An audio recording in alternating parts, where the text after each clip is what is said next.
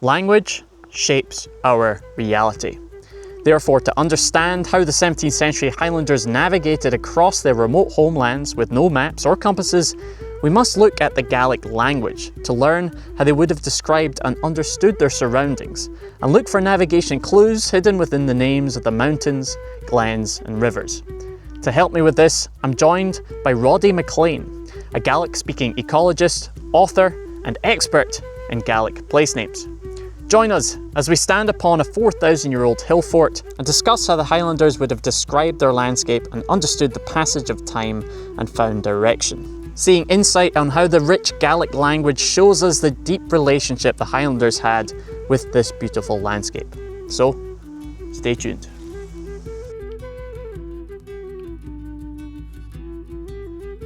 Welcome to episode 2 in this 3-part video series on how did Highlanders navigate.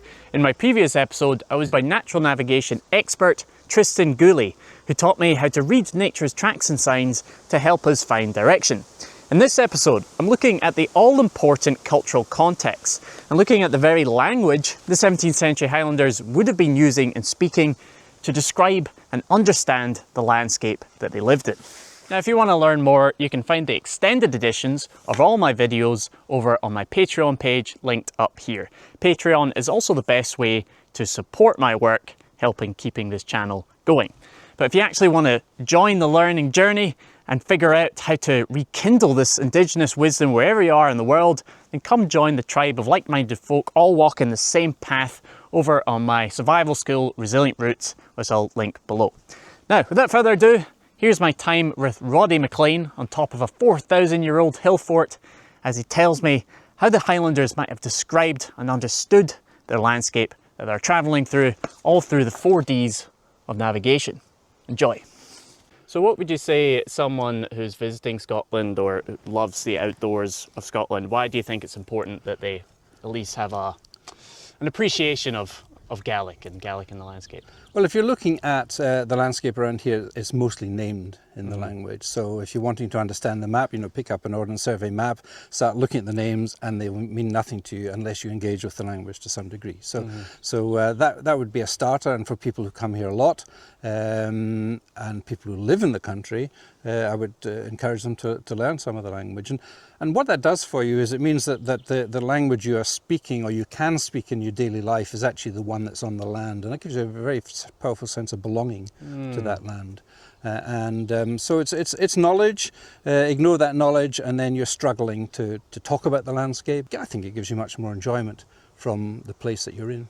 Trying to think of the perspective of someone living here in the 17th century. Can you tell us a bit about who was travelling and how they might have thought in terms of navigating or getting from one place to another? Yeah, well, it'd be mostly local people, or at least Highland people, that would have been doing the travelling. There were really no military campaigns at that point to talk about. There might have been outsiders, I guess. Yes, there might have been clan warfare, yeah, and that did bring in navigation at times. Local people who were pretty used to the circumstances. I mean, there were no proper roads. There was certainly no railways, hadn't been invented. Barely any bridges. Barely any bridges. So river crossings and burn crossings were a major issue.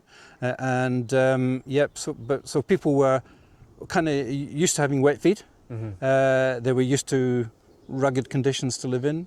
Their houses weren't very well heated, so they they were tougher, I'm sure, than we are. We expect a little bit more, certainly at night time, in terms of comfit than they would have been. Expect the down sleeping bag and a waterproof tent. And they just had a plaid they threw over themselves and lay down in the heather and went to sleep.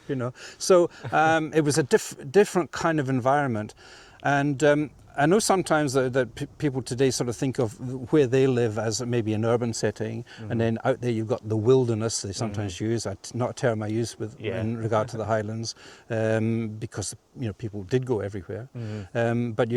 So they have an idea maybe these are two separate things. But I think in the people in the 17th century they weren't. They were part of just their life, and so you see things like, for example, the word for a cauldron is curry.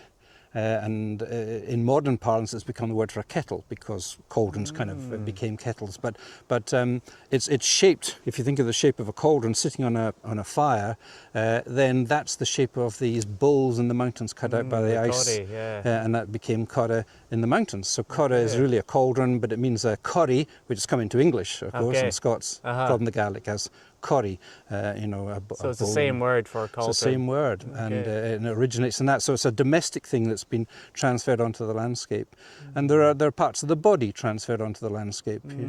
Ghoul and a shoulder, chenga, a tongue. Strawn, absolutely. Strawn is a very common word, the nose, and it's the end of a mountain. So think of a Roman nose, if you like. What would you call that in English? A spur, maybe. A spur? Yeah, I think spur would be the hill. The English. And so Strawn, and then it becomes the mountain name, the Strawn. So and I think that was just a natural process of people making this place familiar by using familiar terms. I guess it was probably quite rare that you were going alone into an area you'd never been before, because now with modern navigational aids, that's what outdoor pursuits is all about. It's kind of, you have a map and a compass, or these days a smartphone with the GPS things, and people can go out and explore places. But I guess that was probably quite a rare occurrence. Yes, it wouldn't have been so common. I certainly think there would have been some people who were expelled from their communities for being naughty. There's many caves named after those folk. They lived on their own and had to find their own way of doing things out in the wilderness, and it would have been fascinating to be a fly in the cave, if you like, watching those people go about their life. But yes, I think you're right. I mean, I know we have some of these reality TV programs where a person goes out as an individual and tries to exist in the wilderness, but actually that wasn't the way things. It was communities of people by and large that were doing this. Were working together. That's how humans have made the advances they have, by working together.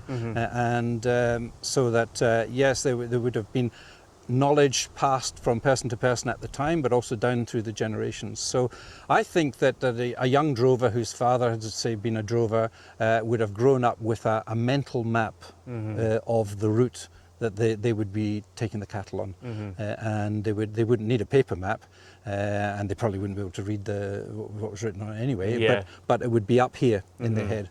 Now let's jump into exploring what navigation might have been like, using the 4 Ds of navigations. So for folks who don't know it, it's distance, duration, direction, and description. We'll start off with distance and duration, because that makes sense when, with modern navigation, you have always got a watch that you're timing. Maps in the UK, it's all split up into kilometre squares with contour lines every 10 metres. It's very accurate. But of course, for people in the 17th century, distance and duration kind of merged into one, didn't they?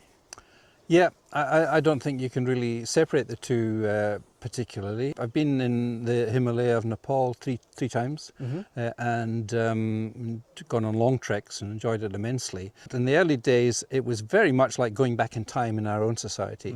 The people had a way of life that was very similar to our own people going back, 2-3 centuries. In addition to the sort of material poverty, they had a cultural richness, which it was very noticeable. When I asked people, how long is it to such and such? The answer never came back in miles or kilometres, it always came back in time.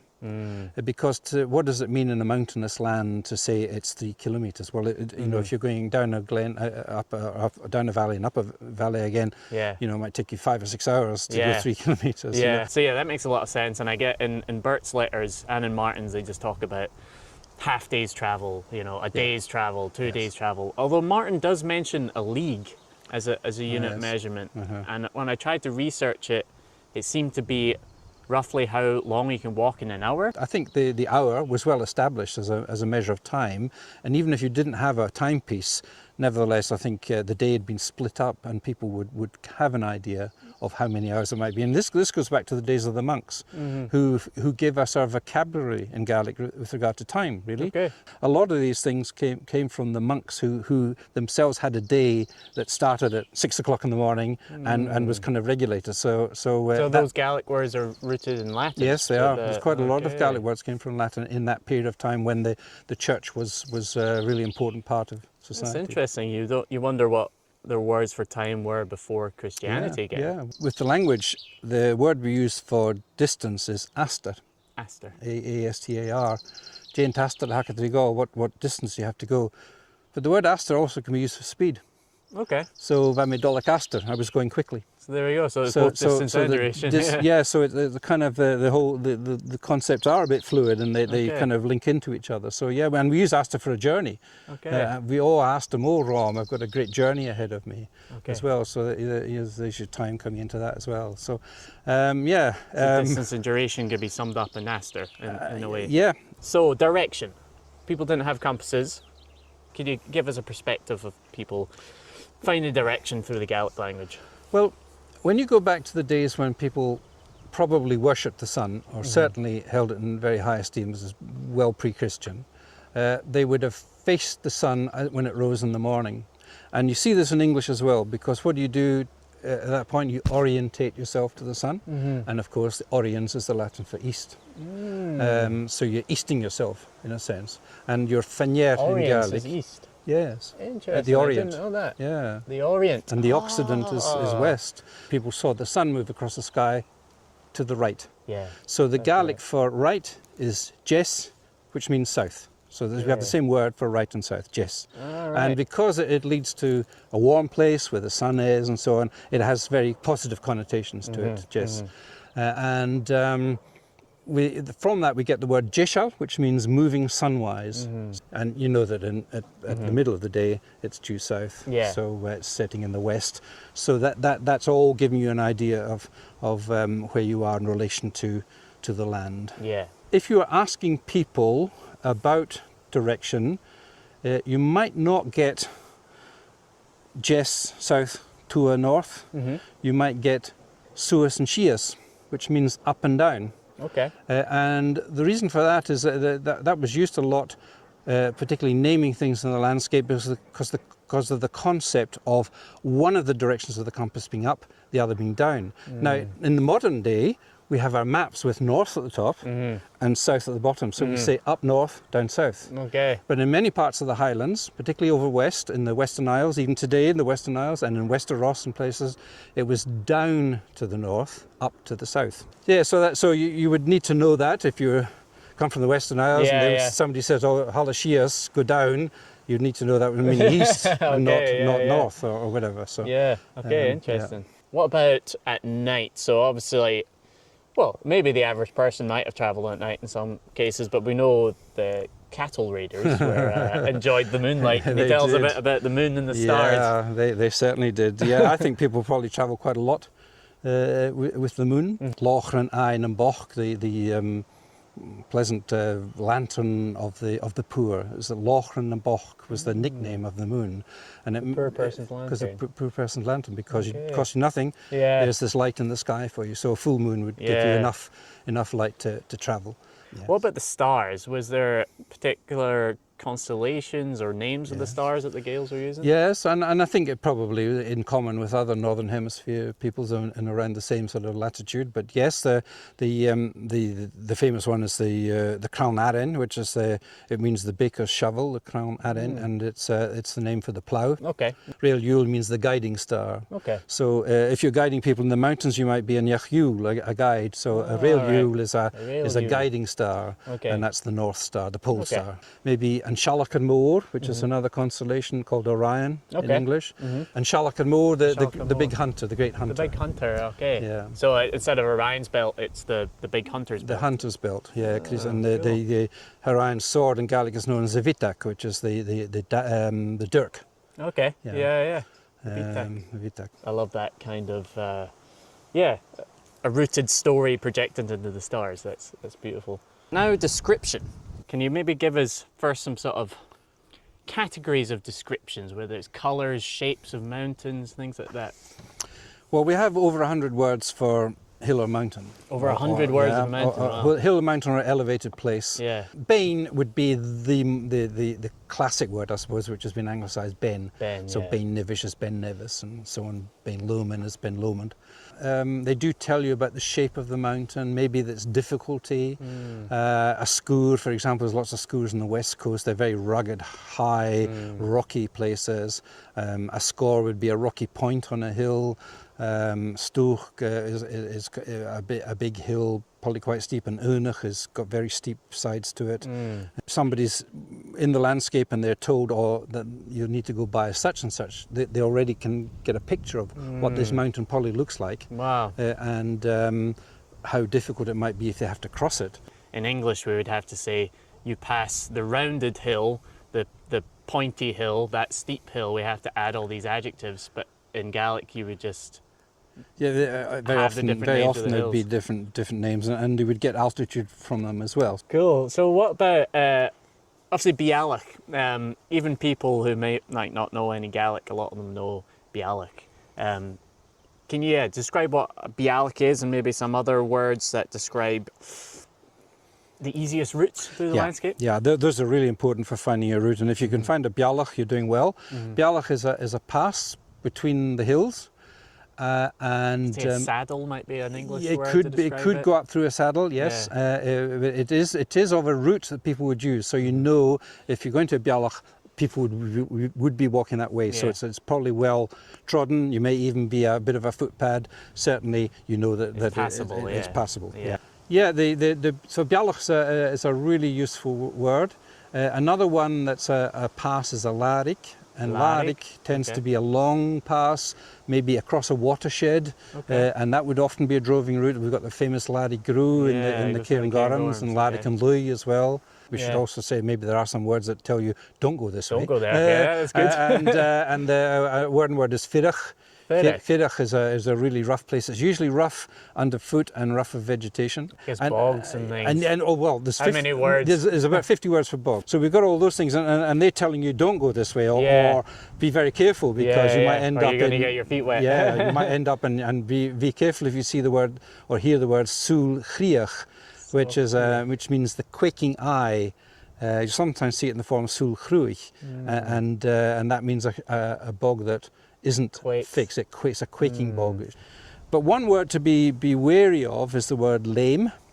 When in the stories of the Fianna, some of the skills they learn two interesting skills that maybe we don't think about too much today. They were taught to be good swimmers, and they were taught to be good jumpers. And the Gaelic for jump is lame, Leum. And you'll find that in the landscaping places where people jumped. Then do you think it was also practical just because there was no bridges, and there was bits that you just had to jump? Yes, you had to jump, but could you manage that? What people did in extremis, could you, without the adrenaline going, could you do it? Some places you probably could. I mean, we have a word Kailem, which means narrow leap. Kailem. That would have been a fairly easy jump across a river. Now there's a place in Strathspey called Coilem Bridge. And the Coilem was where people would jump the river before, and then they built a bridge there because that was the narrowest part of the river. So you don't have to jump anymore. If you are looking for a natural crossing place for the river, ATH with an accent, the ford, and you might be looking for a word like that. And if somebody said on the shin, there's a ford there, then you would know you'd probably be able to get across it. Tarsin. I just used that word there. I came across a mountain, but Tarsin's a really important word. I almost forgot it. If you see the word Tarsin, Tarsain, or Suinn in the old maps, it means crosswise. And it means that whatever it is, whether it's a burn or a mountain or a hill, it will be lying at 90 degrees approximately to the way that most people would be travelling in that part of the country. So being Tarsin's in the way. And Alt Tarsin means you've got to cross it. Thank you, Roddy. We covered loads of stuff there. I just want to thank you for coming out and having this chat, but also, just thank you for sharing your knowledge so freely and being an inspiration. So there you go, folks. That conversation with Roddy certainly helped me better understand what life and travelling must have been like for the 17th century Highlanders. And You can definitely see how environment shapes language, and then in turn how language shapes reality. And you can see how, unlike these days where we view this landscape as a vast wilderness, it was very much just home for our Highland ancestors. Now, I had to cut out a lot of this conversation to make this YouTube digestible, so once again, if you want to learn more, there's an extended edition over on Patreon, and Patreon is what makes this work possible. Huge thanks once again to Roddy McLean for sharing his wealth of knowledge. I'll put some links to his books below, definitely check them out. Join me in the next episode on How Did Highlanders Navigate, where I combine what I learned from Tristan and from Roddy to embark on a solo natural navigation challenge across the Barren Moor. So tune in to see if I found anything or if I got completely lost. Completely lost.